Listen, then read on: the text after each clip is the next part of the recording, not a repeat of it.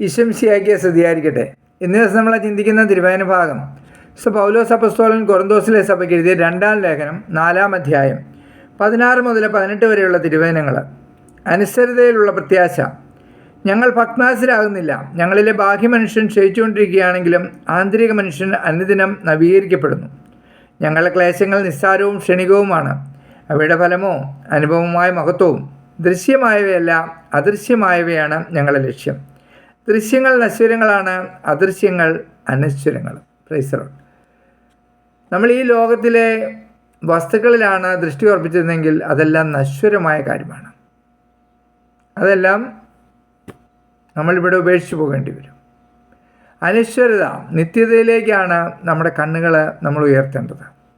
അതിനുവേണ്ടിയാണ് നമ്മുടെ ജീവിത വഴികളിൽ നമ്മൾ ശ്രദ്ധിക്കേണ്ടത്. ഈശോ നമുക്ക് അതിനുള്ള മാർഗങ്ങളെല്ലാം പറഞ്ഞു തന്നിട്ടുണ്ട്. അതനുസരിച്ച് നമ്മൾ ജീവിതയാത്ര ചെയ്താൽ നമുക്ക് നിത്യത പുൽകാം. അതിനുവേണ്ടി ആയിരിക്കണം, അല്ലാതെ ഈ ലോകത്തിൻ്റെതായ ഒന്നിലും നമ്മുടെ ദൃഷ്ടി ഉറപ്പിച്ച് നമ്മൾ ജീവിതയാത്ര ചെയ്യരുത്. ഒരു തിരുവചന ഭാഗം കൂടെ നോക്കാം. അതേ അധ്യായം തന്നെ 2 കൊറിന്തോസ് അതിൻ്റെ 5-ാം അധ്യായത്തിൽ 8 മുതൽ 10 വരെയുള്ള തിരുവചനങ്ങൾ. ശരീരത്തിൽ നിന്ന് അകന്നിരിക്കാനും കർത്താവിനോട് അടുത്തിരിക്കാനും ഞങ്ങൾ ആഗ്രഹിക്കുന്നു. അടുത്തായാലും അകലെ ആയാലും അവിടുത്തെ പ്രസാദിപ്പിക്കുക എന്നതാണ് ഞങ്ങളുടെ ലക്ഷ്യം.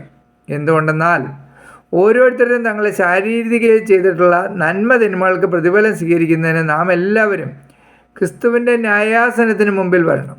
Price the Lord. അപ്പോൾ ഒരു വിധിയാളിൻ്റെ മുമ്പിൽ, അതായത് കർത്താവിൻ്റെ മുമ്പിൽ നമ്മൾ നിൽക്കേണ്ട ഒരു സമയമുണ്ട്. അപ്പോൾ അത് ഓർത്തോണം.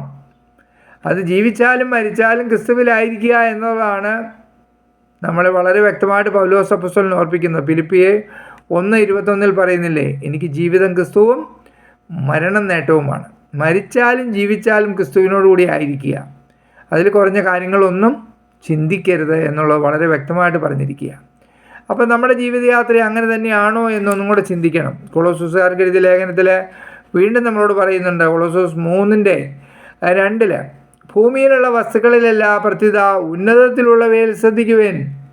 ഭൂമിയിലുള്ള വസ്തുക്കളിൽ അല്ല നമ്മൾ ശ്രദ്ധിച്ച് ജീവിതം കഴിക്കേണ്ടത്, ഉന്നതത്തിലുള്ളവയിൽ.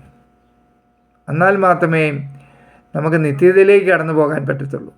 ഈ ലോകത്തിൽ ഇങ്ങനെയൊക്കെ അങ്ങ് ജീവിച്ചാൽ മതിയെന്ന് മനസ്സിൽ സാത്താൻ നമുക്ക് ചില ബോധ്യങ്ങൾ ഇട്ട് തന്നിട്ടുണ്ടാവും.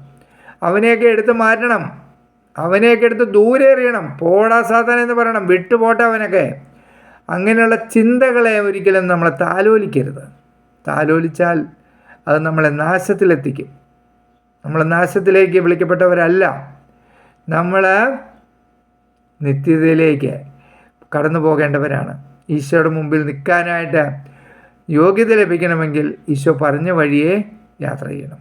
ഈ വചനത്തിൻ്റെ അനന്തമായ ശക്തി ഈ ശ്രവിച്ചുകൊണ്ടിരിക്കുന്ന എല്ലാ മക്കളുടെ മേലും അവരുടെ ദേശങ്ങളുടെ മേലും വ്യാപരിക്കട്ടെ എന്ന് പ്രാർത്ഥിക്കുന്നു. ഈശോ മിശിഹായ്ക്ക് സ്തുതിയായിരിക്കട്ടെ.